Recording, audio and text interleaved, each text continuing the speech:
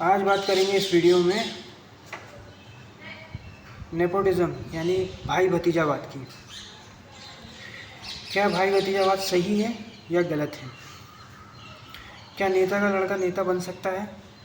क्या एक्टर का लड़का एक्टर बनना चाहिए? इस पर चर्चा करेंगे। तो जब किसी दूध वाले का लड़का दूध वाला बनता है, या रिक्शे वाले का लड़का रिक्शे वाला बनता है, या मजदूर का लड़का मजदूर बनता है, किसान का लड़का किसान बनता है, तो उसको भतीजावाद भाई भतीजावाद नहीं कहा जाता, क्योंकि वो बताने में फैंसी नहीं लगता, कूल नहीं लगता, 4 लोगों को सेक्सी नहीं लगता। लेकिन नेता का लड़का नेता बन गया तो बड़ी बात हो जाती है, एक्टर का लड़का एक्टर हो गया तो बड़ी बात हो जाती है। आपको याद होगा कि कर्नल राज्यवर्धन सिंह राठौर केंद्र में मंत्री थे, उनको डिमोट करके राज्य की राजनीति में ले आए हैं और वहाँ पे मंत्री बनाया गया है।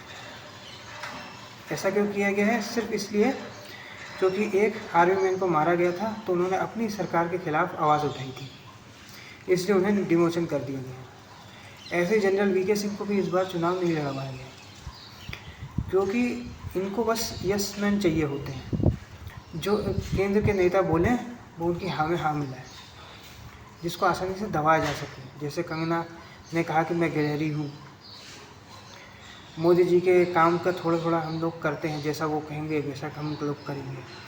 तो इनको बस एक यस मैन चाहिए।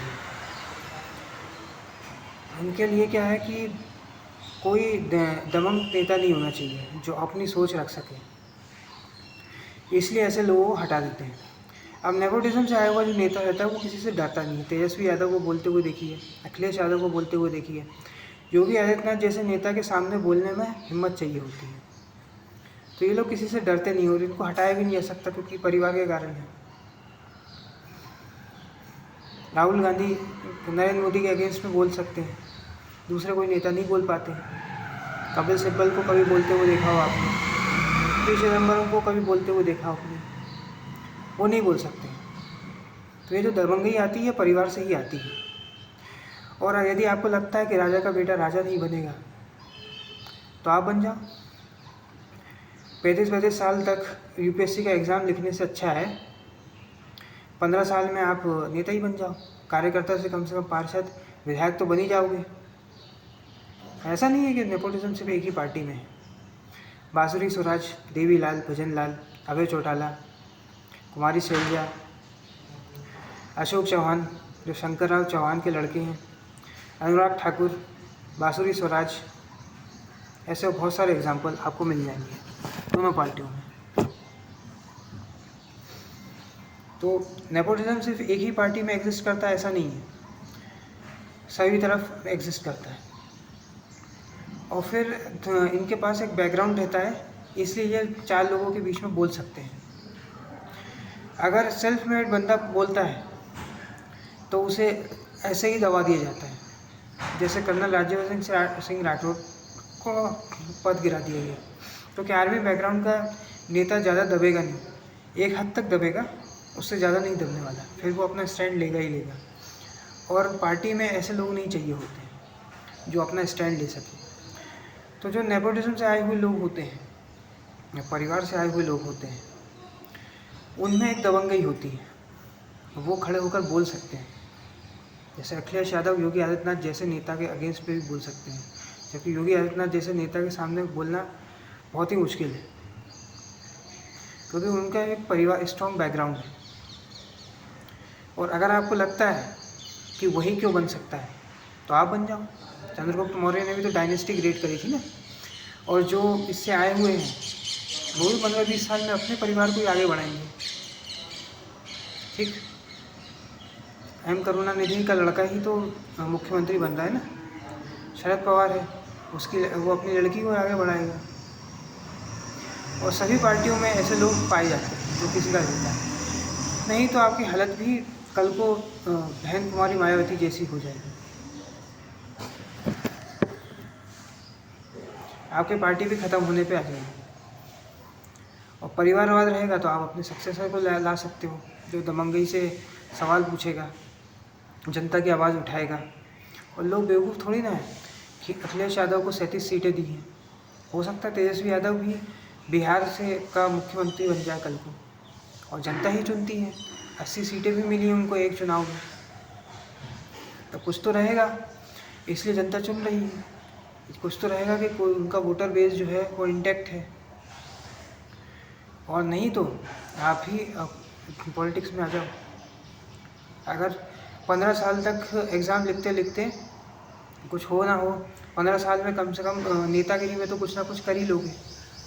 पार्षद बन जाओगे, विधायक बन जाओगे, सांसद बन जाओगे।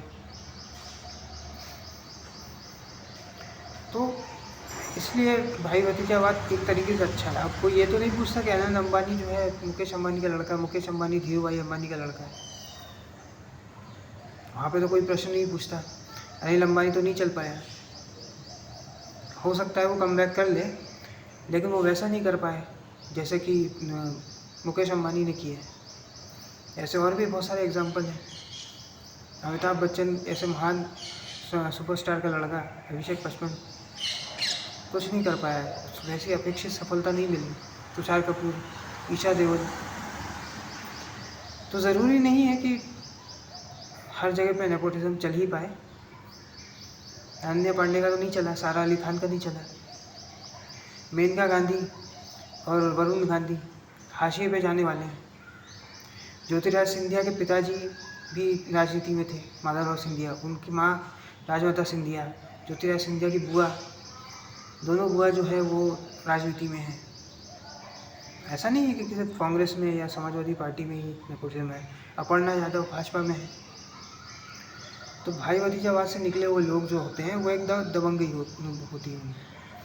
वो दबंगई से प्रश्न पूछते हैं। योगी आदित्यनाथ भी, उनके जो गुरु थे, गोरक्षपीठ के जो महंत थे, वो भी तो राजनीति में थे ना। परिवार मतलब सिर्फ वही परिवार थोड़ी होता है, किसी एक ऑर्गेनाइजेशन को भी तो परिवार मानेंगे। तो वो भी वहाँ से निकले हुए हैं, वहाँ से उनको सपोर्ट मिला है, इसलिए उनको पहचान मिली है। तो भाई भतीजावाद हर जगह बुरा नहीं होता है। तो जनता सपोर्ट करेगी तभी तो आप आगे बढ़ सकते हो। जनता आपको वोट ही नहीं डालेगी, आपका वोटर बेस ही नहीं है, तो आप क्या कर पाओगे। और अगर इतना आपको लग रहा है तो आप बन जाओ राजा। राजा का लड़का राजा नहीं बन सकता, तो आप बन जाओ। शिवराज सिंह चौहान तो नेपोटिज्म से नहीं आए, ऐसे कई नेता है। कैलाश विजयवर्गीय नेपोटिज्म से नहीं आए, लेकिन आगे बढ़ गए। तो आज के वीडियो में इतना ही। अगर ये वीडियो आपको पसंद आया तो लाइक करें, शेयर करें और कमेंट करें। चैनल को सब्सक्राइब करें। धन्यवाद।